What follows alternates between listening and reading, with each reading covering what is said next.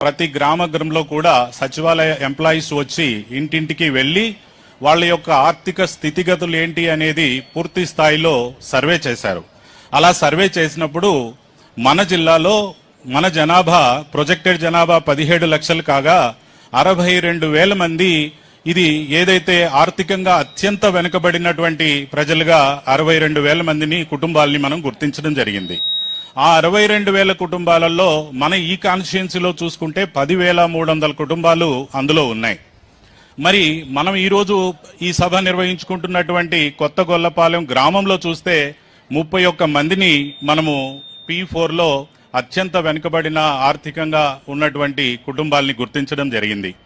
అందులో కూడా గ్రామ సభని నిర్వహించినప్పుడు వ్యాలిడేషన్ చేస్తే వ్యాలిడేషన్ ద్వారా 10 కుటుంబాలని మనము పూర్తిగా ఆర్థికంగా వెనుకబడినటువంటి కుటుంబాలని గుర్తించడం జరిగింది.